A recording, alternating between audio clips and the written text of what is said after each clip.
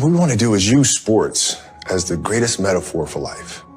And if we feel like if we can teach kids how to deal with anxiety, how to deal with pressure, how to deal with failure, how to deal with success through sport, then in turn it helps them to become better people, right? So like if you're struggling with something, if your kid's struggling with a bully at school or struggling with taking tests because the pressure is just too much, how do you practice that? Like as a father, you can go to your daughter and your son and say, okay, work your hardest, don't worry about the end result. But those are just words, aren't they? Mm-hmm. Right? They have to physically emotionally put themselves in that same situation over and over to really be able to understand how to deal with it. And what we're saying is that sports does that for you.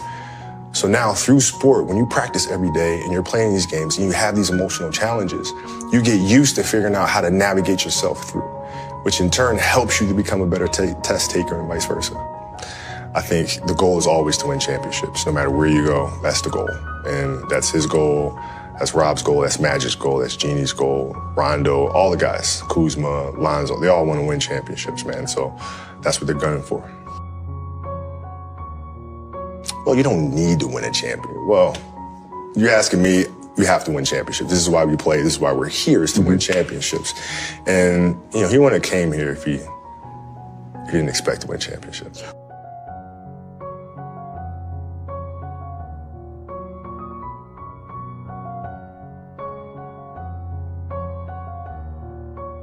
Also, well, to me, it's just really simple. Wherever you play, the object is to win championships. That's it. End of story. End of story.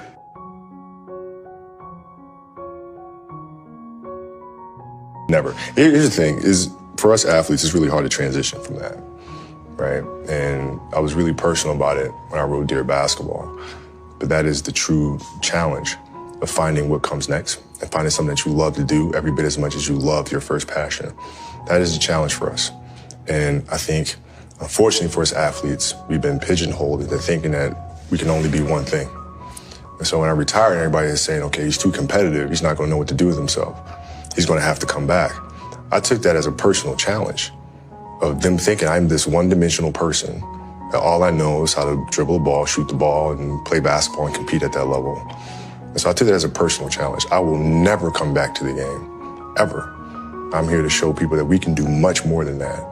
And creating this business, winning an Oscar, winning the Emmy and the Annie, those are things that are showing other athletes that come after, no, there's more to this thing, right? So I would never, it's not even a,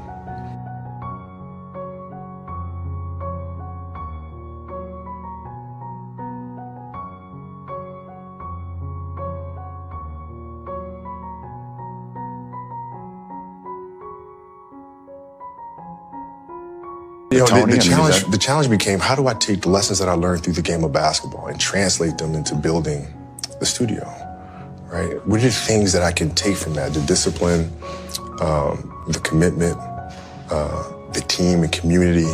How do you get the best out of each other? How do I take those lessons and move those here? That is the challenge. How do we do great work, uncompromising great work? You're not looking at the bottom line. You're focused on the product first. Right? Is this the best thing that we can possibly make, no matter what? And having that sharp focus is something that I got from the game of basketball.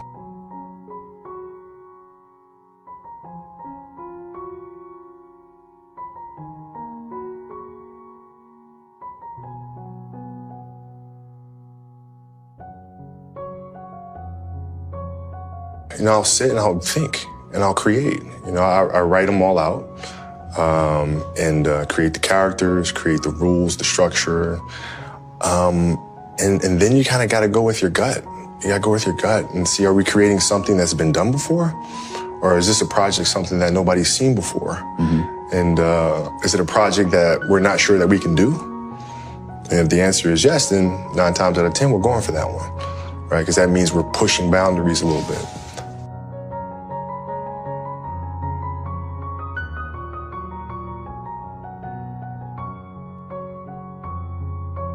I love creating. I love directing, I love producing. I don't love acting. I don't love being in front of the camera. I like trying to figure out if the arc of the story is the right one. There's about a 0% chance that I come back and play. So not even like a... Nothing. 0. You're toast. you're finished. Done. As a player. That's it. Did last year at any point with you going through your first season not playing basketball? Never. Not once did you think about it? I was miserable in my life. Just like you. I didn't like waking up. I ain't have no purpose. I ain't know what I was supposed to be doing. On October 8th, 1985, I walked in a comedy club for the first time. Signed up for the following week. The following week, a girl took me down there. She said, "You got to go to comedy club. You're the funniest person I've ever met." I never even heard of comedy clubs. I'm 27. I walked in the comedy club. I signed up for the following week. I'm gonna sit here and learn. I knew I was funny. I just didn't know what to do with it. They had 10 acts go up. 9 of them went up. I didn't laugh at one joke. I was just sitting there just, man, I wish that was me. Man, they should have said this. Every joke they told, I knew the punchline before they said it, and I wrote a better punchline in my mind, what they should have said. It got to guy number 10, they called his name, he wasn't there. They said, well, he's not here, we're gonna go to next week's list. Steve Harvey, where are you?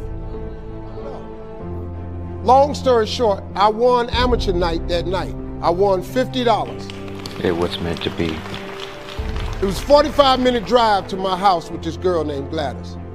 I cried 45 minutes. She said, "What you crying for? It ain't but $50. I said, no, you don't even understand. I was born tonight. I now know what I'm supposed to do. I went to work the next day, October 9th, and quit my job. With $50, I had nothing. I just never gave up. I'm gonna tell you something. That decision cost me everything I had. Everything. I lost everything. I lost my family. I lost friends.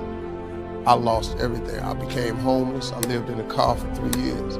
But I just saw this, I saw this vision. I just pursued it. I said, wow, that's it. You have to take chances in life. Life is about risk. If you play it safe in life, you ain't gonna have much of a life. If you play it safe, you won't have much of a life. Life is risk. It takes courage to pursue your dream. Now, it's gonna cost you something. Most people are not willing to pay what it costs to go after your dream, because you're gonna have to hurt a little bit. And most people don't like being uncomfortable. If you don't wanna be uncomfortable, please do not pursue success, because success is a very uncomfortable feeling. And I just learned to be comfortable being uncomfortable. Life is hard. See, for every time you have a plan, a dream, an aspiration, or a goal, do you know what happens every time you have one of those? This thing comes along called life. It happens to everybody. Life has disappointment. It's got peaks and valleys. You're gonna lose somebody you care about one day. That's a valley. Somebody gonna close the plant you thought was gonna stay open so you could retire. That's a valley. Somebody gonna fire you for an unjust cause. That's a valley. The people that got your credit card gonna sell their company, gonna sell their business to another credit card company. Your 18% go up to 26%. You don't even know why now. Your minimum didn't change because it's life. You can stop thinking that life fitting be easy, because I got news for you, it ain't. That's a false hope to think you're gonna have a wonderfully carefree life. That's unthinkable. We all live in this bubble. What you gotta do, you gotta put more air in your bubble. You got to blow your bubble up. Expand yourself. Take yourself out your comfort zone. Do not live in your bubble. Put some more air in your bubble. If you stay in your comfort zone, that's where you will fail. You will fail in your comfort zone. Success is not a comfortable procedure. It is a very uncomfortable thing to attempt. So you got to get comfortable being uncomfortable if you ever want to be successful. Start putting some pressure on.